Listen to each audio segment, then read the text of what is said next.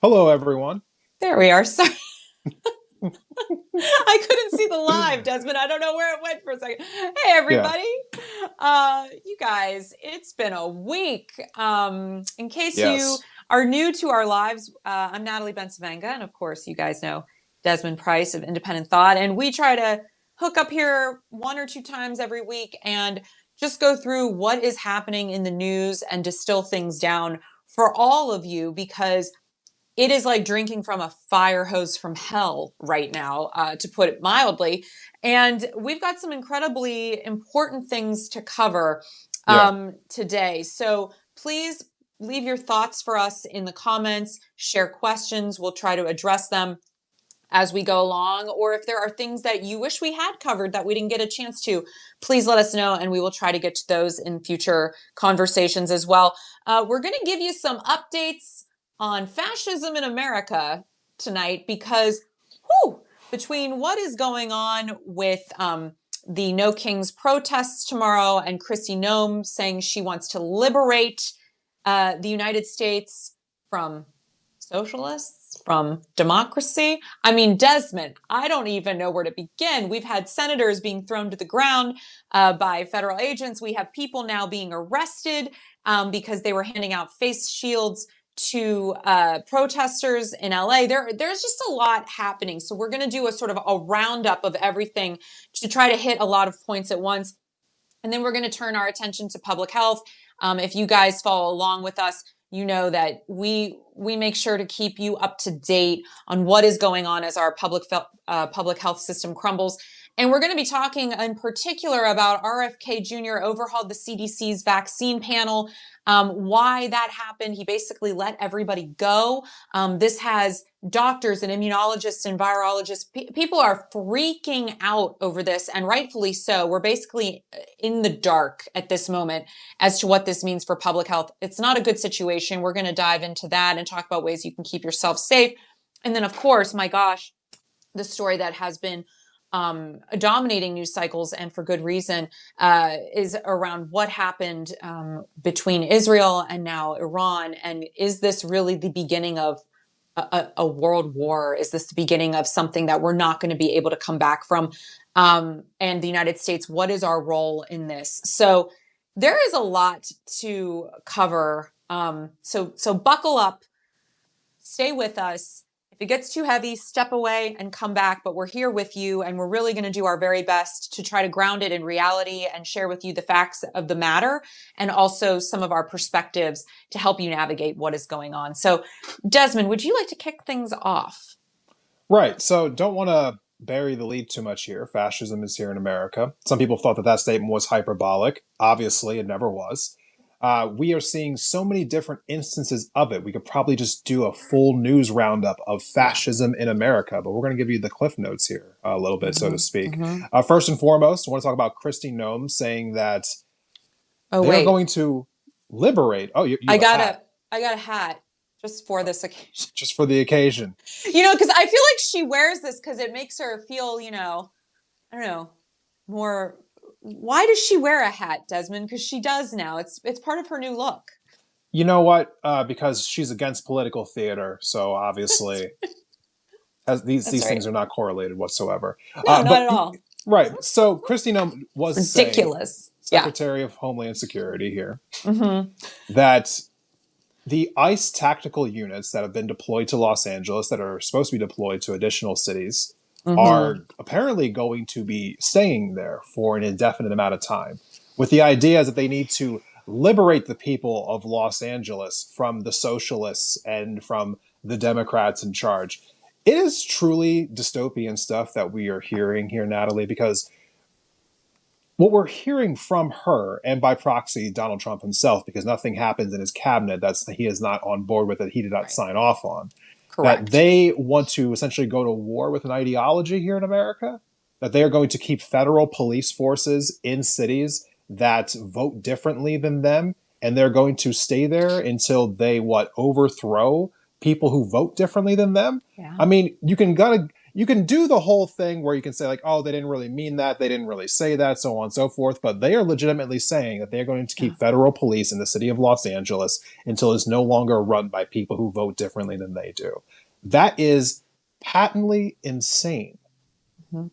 Yeah. How else do you frame it, really? No, You know, like, friend, I think you nailed it. I mean, when I heard this, I just thought, oh, okay, so we're back to not states' rights matter. We're back to that game because isn't it always when the Republicans want something that's going their way, then it's yeah, states' rights because it's nobody's being liberated here, Christy. These people voted for their elected officials, and California as a whole tends to trend Democratic. So to yeah. me, this is a full-on assault of not just Democrats, but of the democratic process. I really want to remove this from just a party line, even though it is very clear they are attacking democratic states, obviously, because they are thinking out unlike them, to your point. But I think more importantly, they're attacking the democratic process. They're attacking the Constitution. And to me, when I first read this, I said, oh, okay, so she's trying to she's a part of overthrowing the government. Like she's setting it up to literally take over the government of California. Like this to me is treason. Again, like I don't understand why there are two sets of rules right now in the United States because it seems to me that if anybody else tried to attempt to do this and stomp into red states and say we're going to liberate you from the radical right, Yeah, there would be oh my gosh, can you imagine the outcry I and can. the I can. so I know you can. So I can. I not only do I find this incredibly hypocritical, but that's just so not even a strong enough word. This is treason. This is downright dangerous. This woman should never have been put in this position of authority to begin with.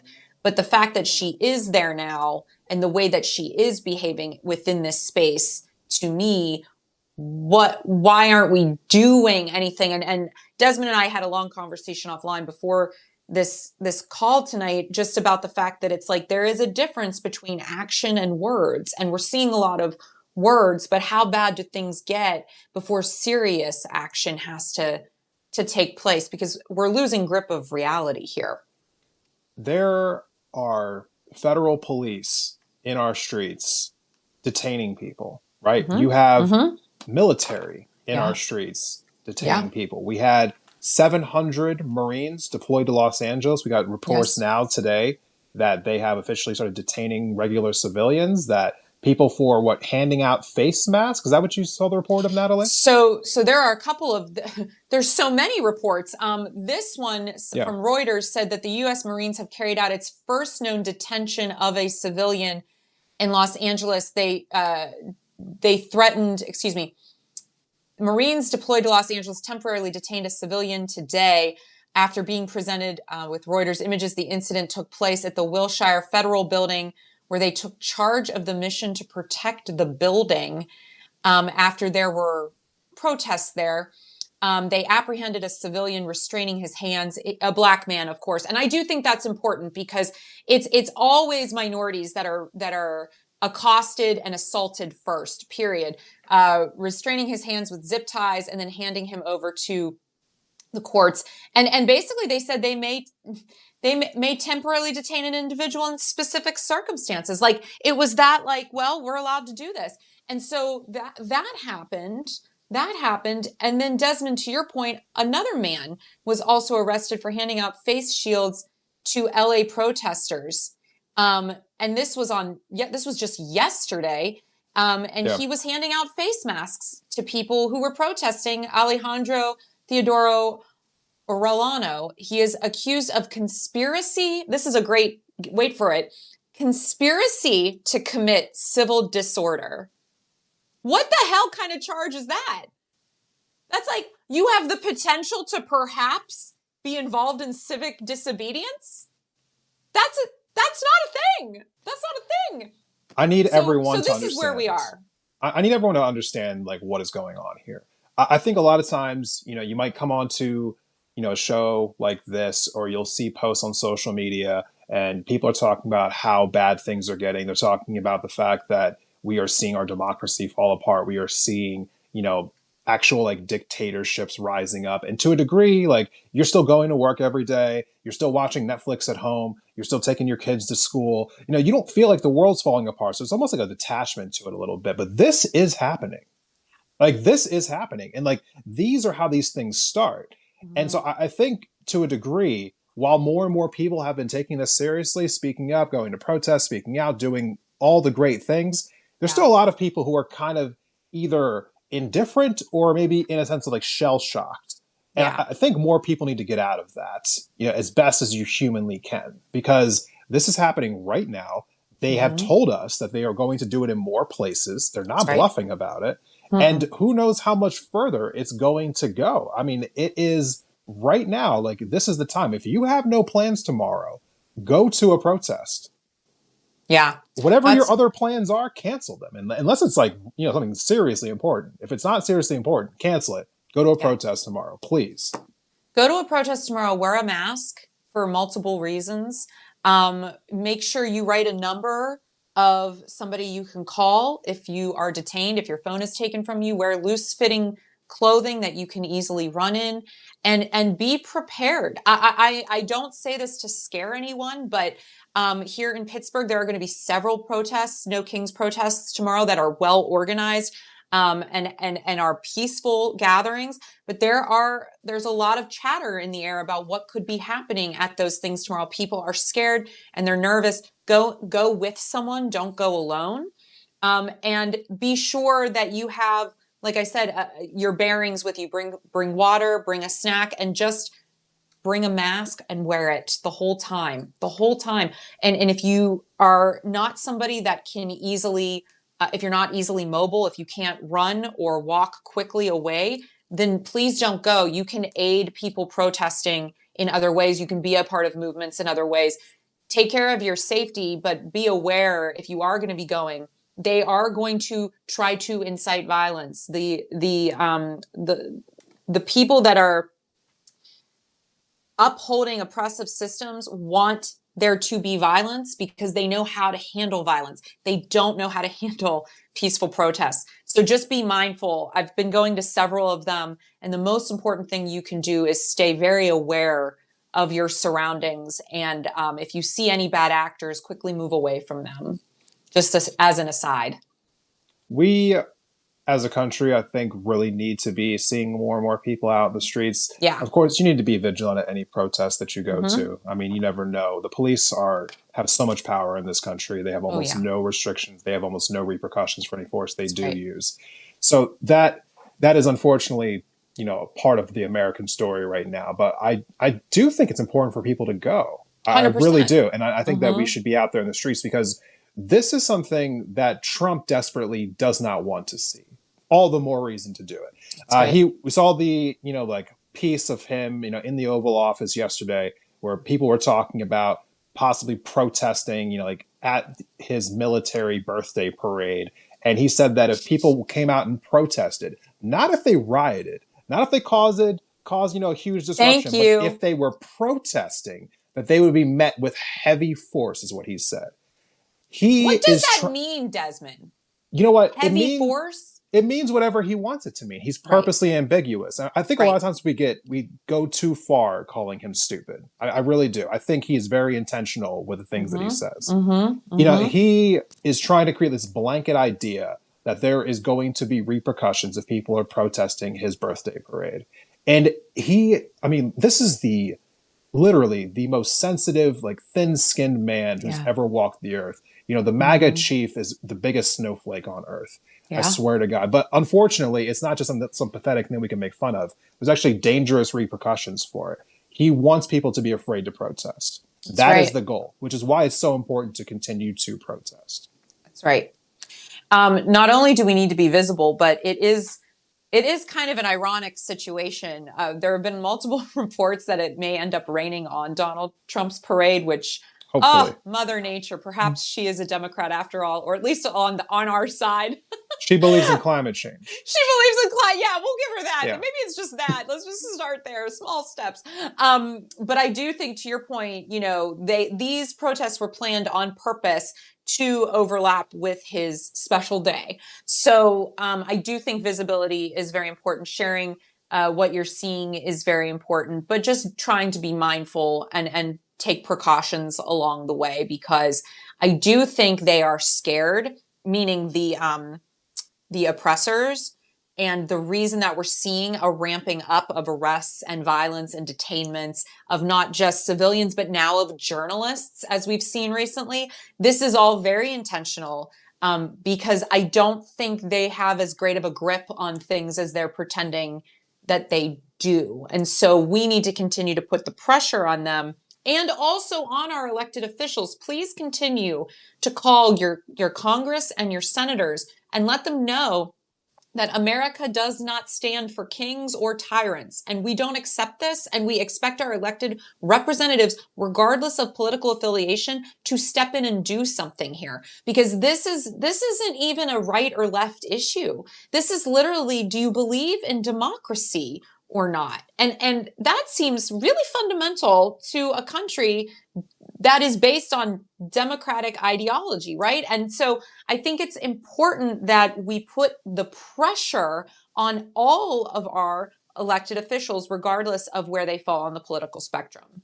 Right. And we also saw that they're not just going after, protesters. They're not just talking about like, hey, we're going to be detaining people on the streets, this, that, and the other. They're also now, throwing members of Congress to the ground in press conferences. Senator Padilla went to go just what was he doing at Kristi Noem's press conference exactly before he got dragged out of there? Yeah, no, I'm glad that you brought this into focus, because I have to tell you, Desmond, when I started reading about, or excuse me, watching the video yesterday of what happened to the senator, I felt physically ill, because to me, this is like just another level. If they're going to do this to him in broad daylight with cameras rolling, what are they going to do to you or me, right?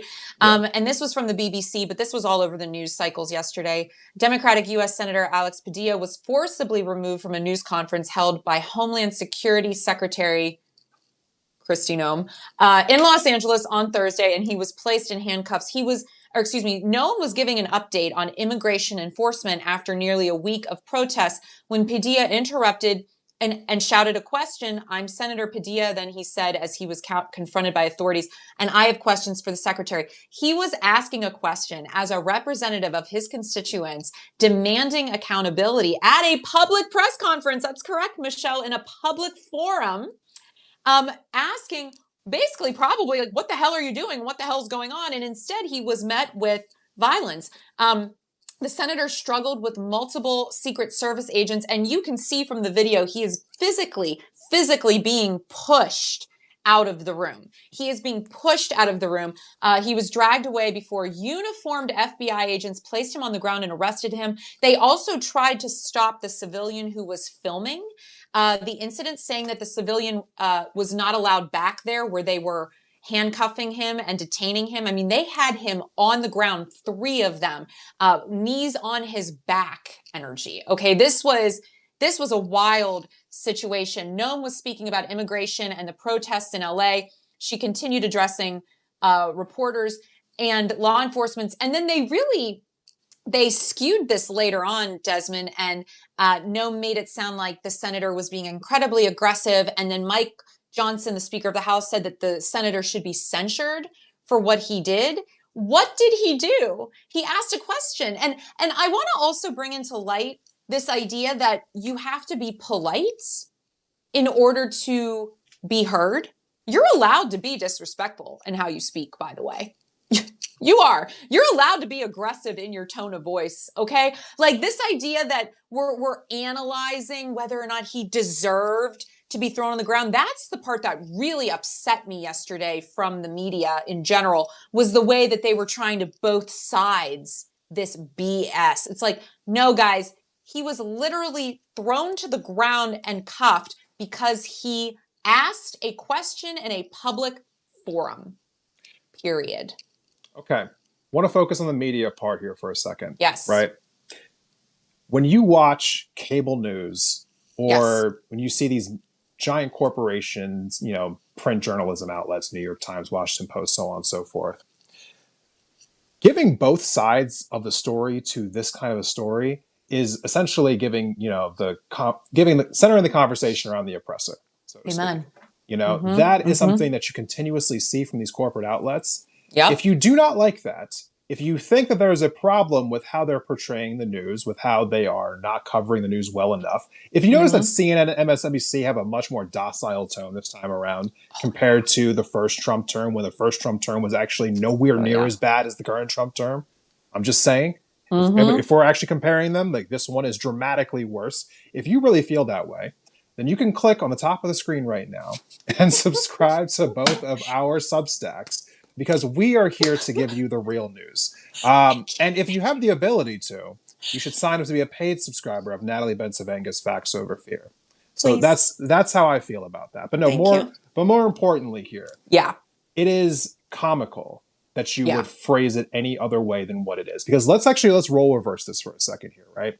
All right. If Joe Biden Mm. sent the National Guard into Mm. red states and said that he was going to keep them there until they were liberated from this, like conservative, like fascist ideology, they would melt down. Yes. They would absolutely melt down. If the Biden appointed Secretary of DHS had a Republican senator thrown to the ground and detained, they would be melting down. You would never hear the end of it. That's If right. Biden had an unelected person operating out of a department that did not exist, raiding the US Treasury, they would be talking about a crazy expansion of the government and how he was destroying the Constitution in real time, so on and so forth.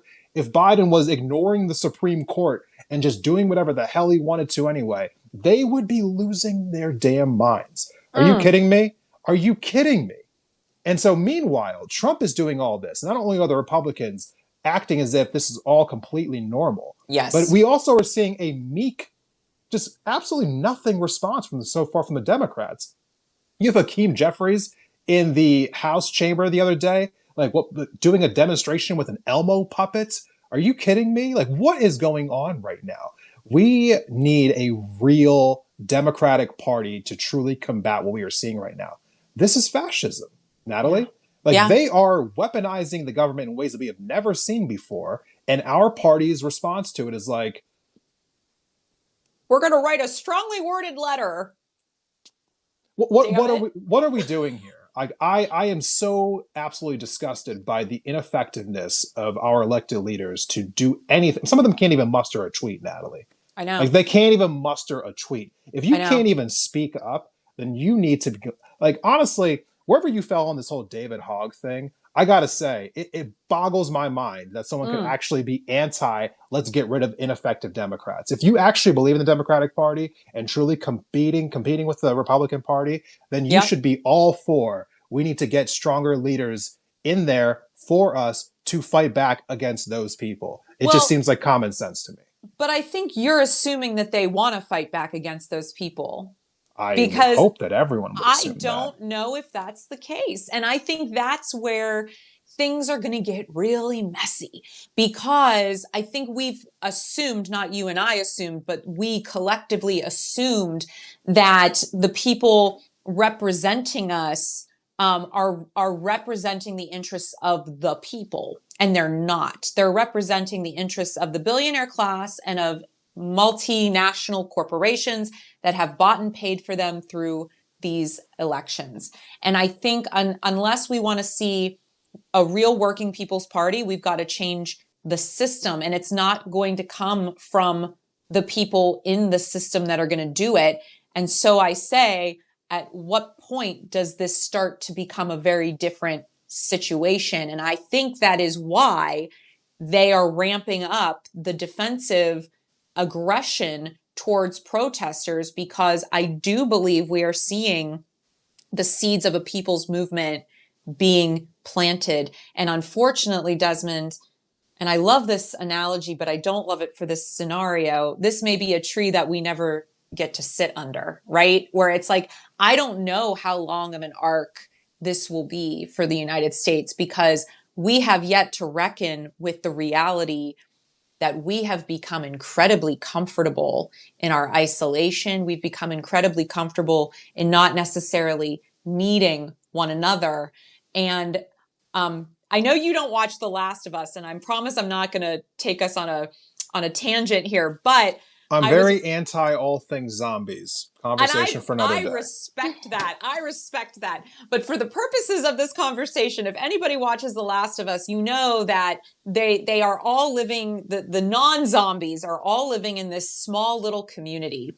And the way that they run their community is very much like a socialistic society. They have a instead of a president or a leader, there's a panel of people, a council that handles all of the different judgments, and it's very egalitarian, and it's, there's a lot of women and people of color involved in the construct of the society.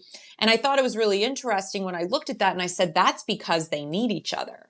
That's because they need each other. And we haven't needed each other in the United States for a really long time. And I think that is why we have sown these seeds of suspicion of the other so easily, because we don't see the invisible work that is done that props up our comfortable little lives. And all of that is being shredded away now. And we're seeing what's happening behind that curtain. And so for me, this is the reckoning and the moment that we need to go through. This is the painful part of healing, when you cut your hand and you just see it heal and you're like, oh, it's healed, but you didn't see the war that went on with all the little cells under the surface for it to heal. Like, we're in that now. And real deep right now. Yeah, I am, because this is really like the heart and soul of our nation. And I think that what's going on, our updates on fascism, are a real symptom of this war. And we are not, I used to say we're staring down the barrel of fascism. We're on the cliff. We're not. We're in fascism now. We're in it. We need to accept that. And then we need to figure out how the hell are we going to get out of it. And the only way we're getting out of it is together. Well, sometimes the best way to get out of it is through a healthy community. And so I think that there is nothing better than to talk about the health of our community. Isn't that right, Natalie? Guys, can I just say for a second, Desmond is getting so good with his segues. Like, I have really watched him blossom over here, and I just needed to acknowledge that. Yes, moving towards a healthy society. We're moving away from one. Well, I want to move towards one. I was going to say, moving towards a healthy society starts with getting rid of RFK Jr. And the reason I say that is because NPR, among a bunch of other outlets, have talked about this and said recently that RFK reported on, overhauled the CDC's vaccine panel. Until recently, you probably weren't even hearing about the CDC's vaccine advisory panel because it was working and it was a thing that we didn't need to know about on the day-to-day. This panel played an important role on determining which vaccines both children and adults should receive, what gets covered by insurance, and which shots are made available free of charge to millions of, in particular, low-income children, okay? So the panel's decision really impacts all of us. But our health secretary, I use that term loosely, Robert F. Kennedy Jr., took the unprecedented step of dismissing not one, not two, but all 17 members, all of them, you guys, from this panel on Monday. 2 days later, then he announced that he'd be replacing them with 8 people, and several of his selections rose to prominence during the height of the COVID-19 pandemic, where they criticized government policies on school closures, on lockdowns, and the vaccine itself. One of them served on an advocacy group that warned against vaccines. So he replaced a functioning advisory panel that was based in science and in evidence that expanded far beyond the scope of COVID-19. And he has basically eliminated all of them and put in place a bunch of skeptics and activists in the anti-vaccine realm. This is absolutely a devastating situation. It means that our insurance may not cover a lot of things at this point, if you even have insurance. It's going to guide how doctors will practice and be able to recommend things.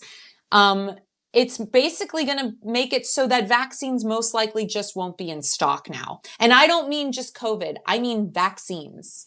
I don't think people are understanding the level of danger that we are now in, to the point where there have been letters now written by doctors from all over the country, basically standing against this. This is one of the first things that we've heard of from the medical community. This is how bad it is, because the medical community, they don't really get involved. They don't really talk politics. It's really hard to get them to stand up for anything. And the fact that so many of them are saying, guys, this is really bad. Holy heck, does that mean that it's really hit the fan? It's basically going to make it look like that vaccines aren't important and that vaccines aren't necessary, and that they're basically going to start, this will start to defund entire programs around public health and safety. And so I wanted to bring this to the forefront because this just happened this week, but because so many things happened this week, this kind of got lost in the shuffle, which I do think is in part intentional. But this is an incredibly dangerous thing that we are dealing with. And at the very least, there needs to be a massive call for RFK Jr. to resign from the Department of Health and Human Services. He is not fit to lead, but he is going to kill people because of this. And I can't understate that. That is not hyperbole. That is reality, because if children aren't going to get vaccinated, children are like little germ vectors, and they're going to spread a lot of things to a lot of people, and a lot of people are going to die because of this. And so I'm just concerned, Desmond. I'm just concerned. I mean, I don't know how the response would be anything other than to be concerned. Yeah. Right? I mean, because like, honestly, even people who on the right who were skeptical of vaccines, like they weren't anti-vaccine completely. I mean, a lot of the people who I heard who were bringing up their concerns with vaccines, it was usually to the effect of, should we be giving vaccines to children at a certain age? Not should we be giving them vaccines at all? Are we sure that the vaccines are safe? Like they were never saying they don't want to take vaccines at all. I mean, some of them were taking that position, don't get me wrong. But if I'm talking about like the mainstream conversation around the suspicion vaccine people, it was, at what age are we sure a vaccine is safe? Never like, I don't want that at all. So if you're taking it off the table completely, like that is even anti the most, to a certain point. That's the most extreme position that you could possibly see on this issue. And I just do not understand like how someone's actually able to get away with this. I mean, what we have been seeing from the Trump administration right now is there are so many gaps within our government that we did not even know existed. And we always assumed that if something happened like this, that there would be certain checks in place, certain balances in place. Someone would come in and make sure that things truly didn't get off the rails. That whole notion has been completely dispelled now, because things are continuously going off the rails, and it feels like no one is showing up to do anything about it. Everyone's throwing up their hands and they're like, I don't know what we're supposed to do about this. How do you stop RFK from doing this? Apparently you can't. And that is scary, because like we have created systems in our country that give so many people these unchecked powers. And if courts step in and say like, you can't do that, they'll just ignore the courts. And then what? And then what? And then what? Yeah. So, I mean, that's really the question that comes after this, right? Like, what can be done about RFK's decision here? Because we could protest about this, right? And I think people should publicly call for him to step down.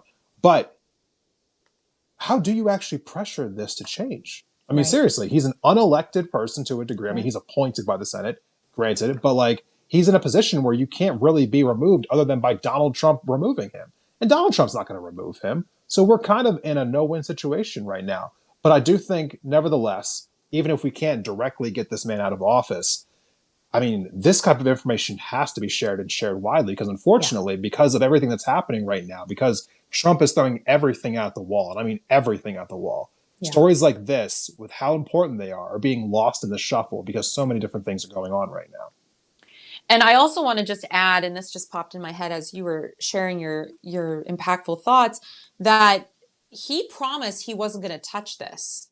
Yeah. when he went through his confirmation. So he just, I mean, we all knew he was a liar. Like they're all, they all lied, but like he promised that this wouldn't be touched. And the people that grilled him on that said, well, I'm going to vote for him, but only because he promised not to do this. Like, oh my gosh, now what do you think? Like I'm just at a true loss for words, because no one person, to your point, should have this much power over our public health system. And I think this speaks to the fact that one time, a long time ago, when we had these conversations, right, when we started doing these lives, I said to you, I didn't know it was this easy to basically overthrow our government. Like, did you know? I didn't know. I thought that things were taken more seriously than this, and that there were a lot more checks and balances than there Right. actually are. And so I do think that not only once we get on the other side of this, however long this takes to get on the other side of this, there is an opportunity to reimagine how we set this system up, because this should not be a thing that one person, an unelected person, can say, no more vaccine panel, no more advisement. You guys are No. on your own. And hopefully some states I'm reading, they are already talking about how they can buck this. Yeah. But that is going to be a very patchwork situation. And once again, I say this to my friends, we can't individually get ourselves out of a collective health crisis. Yeah. You can take all the precautions that you can against COVID and still get COVID. And same thing with polio, with the measles. These things were things of the past because of our robust public health system. And we may end up getting put on advisements for travel and flight watch from other Right. nations, I'm hearing. So we may not be able to go places now or have Yeah. people come to us. That's another repercussion I don't think people are thinking about here. And, once again, it's easy to sometimes think about ourselves in this isolationist state. But Desmond, as you know, the news that happens overseas also impacts us here, which I think leads us to our final story of the day. Yeah. So yesterday, the state of Israel carried out what they referred to as a preemptive strike on Iran in the capital of Tehran. They attacked several residential buildings where they were going after military targets, where they were going after scientists. There are unconfirmed reports right now by a news site, Drop Site News, who has been very credible covering everything happening in the Middle East over the last several months, over a year now, that around 400 people were killed as Israel struck these people at night while they were sleeping. A lot of people were caught in the blast themselves. I mean, there's videos coming out. There's images now of all these like destroyed apartment buildings in residential neighborhoods. Yeah. Israel, claims that some countries like Iran, or they talk about this with Lebanon as well, or with in Gaza, that these people hide behind human shields, and so like they have to strike these people to get to the targets that they're going after. I want to address that point really quickly before we give more of the details here. The IDF actually just in 2021, this was reported by the New York Times, by the way, they put their bunker underneath an apartment building in Tel Aviv, so that if anyone ever tried to attack it, they could claim that you were attacking a civilian population, not actually their military installation, which they purposely put underneath a civilian apartment building. So the level of maliciousness here is kind of astounding to me. Iran responded today by firing 3 waves of missile attacks into Tel Aviv, into Jerusalem, and I think to another city in Israel. It seems as though Donald Trump was very involved in this attack, and he knew about it ahead of time. We saw that U.S. military personnel were leaving Iraq, and I believe it's Syria as well, just yesterday. So they actually knew this attack was coming. Trump tweeted as much, or truthed as much, whatever the hell we want to call it, talking about like how he was alluding to the fact that he knew this was going to happen, that he was saying that another attack would also be on the backs of this if that Iran didn't agree to whatever deal that they had offered to them. So Iran seems to have no intention of agreeing to whatever deal was going to be on the table now. And now the question is lingering in the air of what is going to transpire here next. Because America the United States, our government, whether it's Donald Trump or our previous president, Joe Biden, has always said that we have this ironclad defense of Israel. And so, which gives Israel blanket coverage to do whatever they want to. They can attack another country, wait for that country to retaliate, play the victim, and then say, United States, you said you would always save us, so please come here and fight this war for us now. So that looks like that might play out exactly like that. We are seeing U.S. members of Congress buying bonds in stocks, in war stocks right now. So they think that a war is coming. But Iran is a massive country. Yeah. It would make the wars in Iraq and Afghanistan look very small in comparison if we actually went to war with them. 80 million people in this country, much bigger country, vast resources, and they have a military alliance with Russia and with China. And I cannot stress enough how important that particular piece of this is. Because if you think it would just be the United States and Iran, you are sadly mistaken. Right. China is very upset. Russia is very upset. They've been doing military drills together multiple times a year, every year for years now, expecting that the United States would eventually come for them. And so I am scared, Natalie. Yeah. As somebody who's had family members go over to the Middle East, be deployed there, it's not a joke. This is a very serious thing. I think we are on the precipice of actually getting involved in another Middle Eastern war. And it's very scary to me about like what might happen next, because we're at the mercy of Donald Trump right now. I know.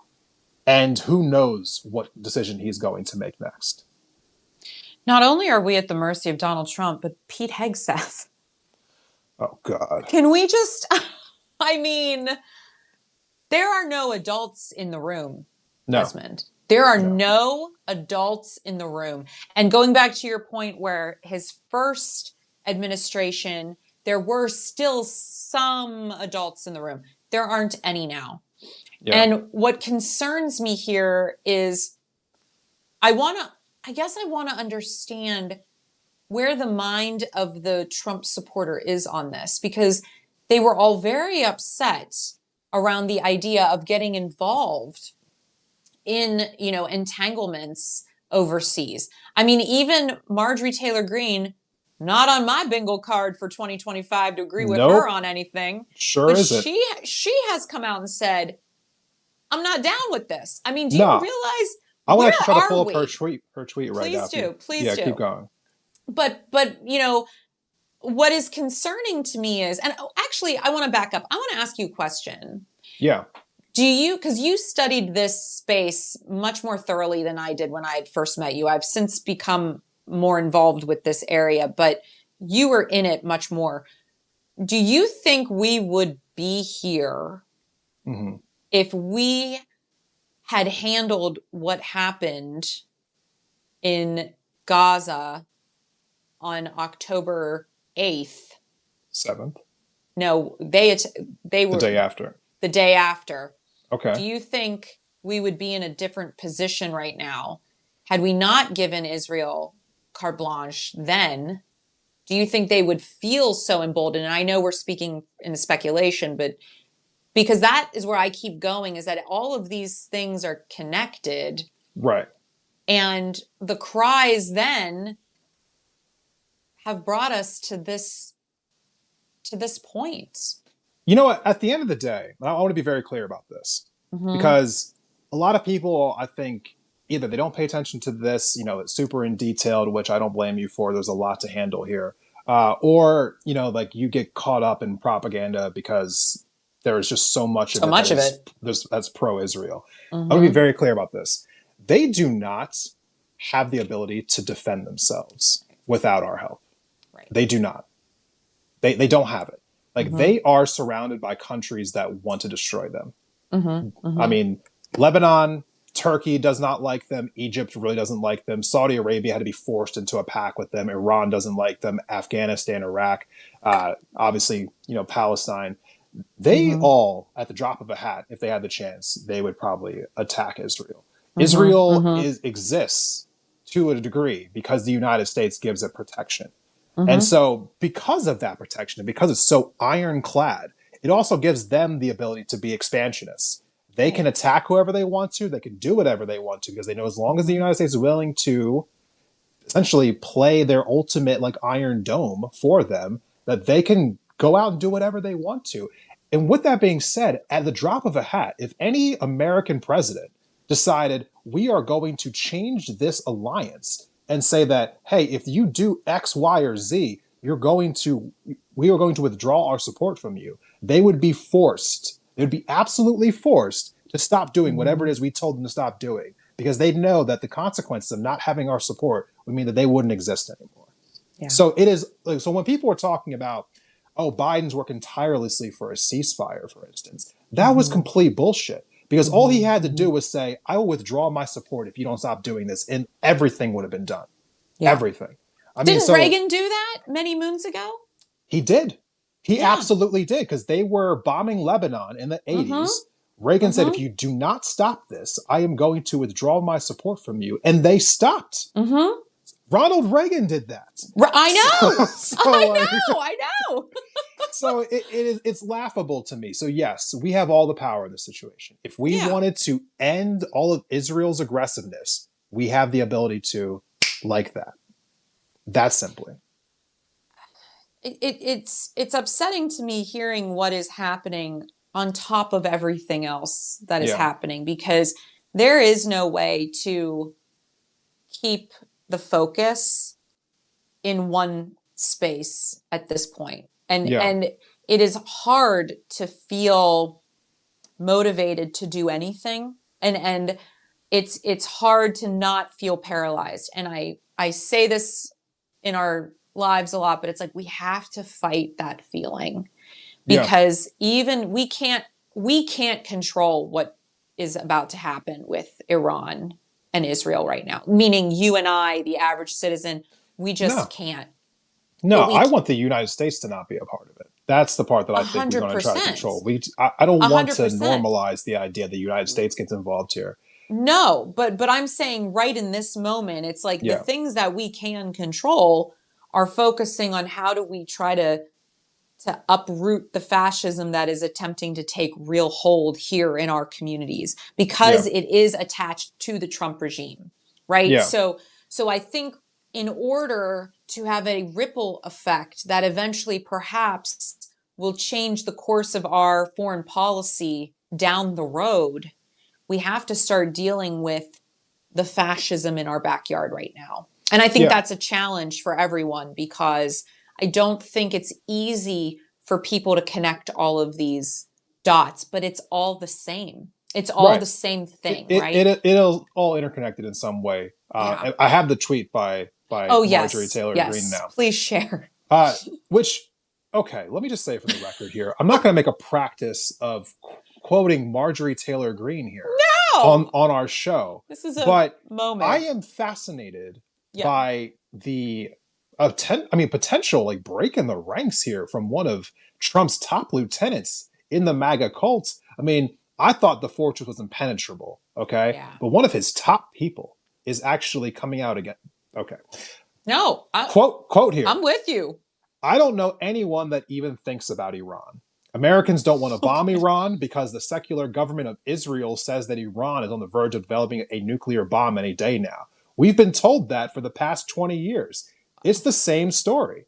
Everyone I know is tired of U.S. intervention and regime change in foreign countries. Everyone I know wants to fix our own problems here at home, not bomb other countries that have nothing to do with our own self-inflicted problems. Woo! What? Woo! What? If you would not have told me that was Marjorie Taylor Greene, I would have been like, yes, snaps all around.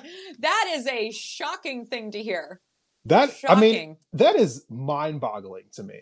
Yes. But you know what? The actual like anti-interventionist, like quote unquote, like America first, right? I mean, it does exist to some degree. To how big that degree is, I don't know. But like some of these crazy people, like Candace Owens, she was actually coming out and bucking Trump and this, attempted, war with Iran as well. So like there are some of the hardcore, like staunch, like fully in the cult people that apparently are no longer fully in the cult, at least on this one issue. So I'm just paying attention to see if there's a ripple effect here. If Trump actually has his own base revolts against him, I mean, one, hallelujah. But two, I mean, God, can that just happen in a few more instances? Because like that is really his real source of power here. Yeah, I couldn't agree more. And I will say this too, a broken clock is still right twice a day, right? I mean, So you hope so. We've seen a lot of broken clocks that are just not right ever. we have, but So this broken clock is right. And I do think we're going to start to see really strange bedfellows. And that's why I was saying earlier, it's going to get really messy yeah, and it's going to get a little weird. And what the left has to avoid is the litmus test, right? Because if people are against whatever in this moment and we can find some common ground tonight, cool. We can go back to ripping each other apart tomorrow, but tonight maybe we need to stand together and fight the actual zombies at the gate, right? So just to bring it home, guys, we have a common enemy, and it is fascism, and it's taking many forms in many ways. And I think even people like Marjorie Taylor Greene, who I never thought I never, would agree with on never, anything ever, no. if she wanted to stand in solidarity with us in this issue, we don't have the privilege right now or the space to say no to that. And I think we just are going to have to be very open-minded about how we form forward in this moment until we get out of this danger zone that we're in. Everything we've ever said about Marjorie Taylor Greene still stands, but that doesn't mean that she's not right about 100%. this. So Exactly. that's where I stand on this. Like the one of the 100%. last things I want to say about this is Yeah. we have been on this collision course for a long time now. There Yes. have been hawks in the Clinton administration, Bush administration, Mm-hmm. Obama administration, Biden administration, Trump administrations who have wanted to go to war with Iran. They have been Mm-hmm. talking about this for 30 years now. Yeah. Okay. There are also people who want to escalate tensions with Russia. There are people who want to escalate tensions with China over Taiwan. And so these countries aligned themselves, particularly because they thought it was inevitable that they would individually face the United States in a war of some sort. And so they came together in a pact, both from a military standpoint and a financial standpoint. It's one of the reasons why Mm-hmm. Russia's been able to keep their economy afloat, even through all the Western sanctions, is because they've been having financial ties with countries like China and Iran Mm-hmm. and Mm-hmm. India. They've kept themselves afloat. So this inevitable thing it's not inevitable. This is one of the things that they felt was inevitable, so they decided to protect themselves by coming together. If Yeah. we go after one of these countries directly, they are going to coalesce and we will see ourselves in a true world war. Yeah. And I just cannot state just how dangerous of a moment we are in because it feels like there are so many people in this government who are foaming at the mouth, Yeah. thinking about having American tanks roll into Iran as if it's Mm-hmm. going to be another Iraq or Afghanistan, as if those weren't complete disasters that killed hundreds of thousands, if not over 1 million people, including the civilians there and our own troops that should never have been there in the first That's right. place. 20 years of war in the Middle East, over like trillions of dollars like lost that could have been spent here at home, actually building our communities up instead of destroying communities across the world. Are we really going to do that again? So I hope that people just take this as seriously as humanly possible. When people start beating that pro-war propaganda drum, please do everything in your power to push back against it. Mm. Amen to that. And I think we need to remember too that the veterans have been abandoned here in the United States for the most part. They have not been taken care of. They have not been supported with their health or with housing or with job integration or anything. And so it to me is also, it's just an insult to the people that have survived war or having to have experiences that led them back over here, that they then had to deal with homelessness, substance abuse, and PTSD, among just a few things that Yeah. haven't been addressed. And so the idea of another generation of people succumbing to that if they survive this, to me, it's too big a price. It's too big a price. We It's need to way too big figure a out something price. else. Yeah. It, Not it's to it's way mention the loss yeah. of life in Yeah, no, general. it's way too big a price. You have people who, you get recruited into the military as a child, Yeah, right? 100%. They're in your high school. You're 16, you're 17, they're Because in you're your high trying to pay for school, college. right? So they're trying to get you in there. You go in there with the absolute like ideal that you're doing something noble. Like Yeah, you're protecting your country from danger. That's what they tell you again and again and again and again. What you don't find out until it's too late is that a lot of times we create our own danger for unnecessary reasons. And that's what's unforgivable here. I So I mean, agree. like I think that everyone needs to be very vocal about this because if we are not, and if it gets normalized, it will happen. And that's what I'm of those afraid of. I'm afraid of the indifference of the American people and then the inevitability of what comes after that. Yeah. So This was a lot, you guys. I know yeah, this was an intense conversation, but we appreciate so many of you joining us tonight and sharing. I was reading the comments, and I'm so sorry we didn't get through more of them, but oh my gosh, thank you for all of the engagement and just sharing your thoughts. We try to do this at least once a week. We sometimes end up doing it twice a week. So stay tuned for more conversations together. And Desmond, if people want to learn more about you and your work, where can they follow you? yeah. So if you want to follow either of us right now, you can click the top of the screen where our names are scrolling across. You can subscribe to our Substacks from there. You should become a paid subscriber of Natalie's Facts Over Fear, support independent journalism. If you're watching the playback, the links will be in the description for our Instagrams. As well as maybe a TikTok account. You can check that out a little bit. So we will be back with another live. I will be back next week with some more guests. I will be back with Natalie about 2 weeks from now. She's going on vacation next week. I want to say a quick thank you to Rita and Carol, Kathy, Birdie, some of you who have been in the comments quite a bit. Manuel's been in the comments. I'm sorry for not naming everyone right now, but the people who were contributing to the conversation down there. Really do appreciate it. Thank you for showing up to our live. We will be back with many more conversations. There's too many things to talk about, so we'll be back with more as time goes on. If you have any suggestions for what you would like to hear in the future, see in the future, you can reach out to me here. You can DM me on Substack, on Instagram, wherever you're on social media.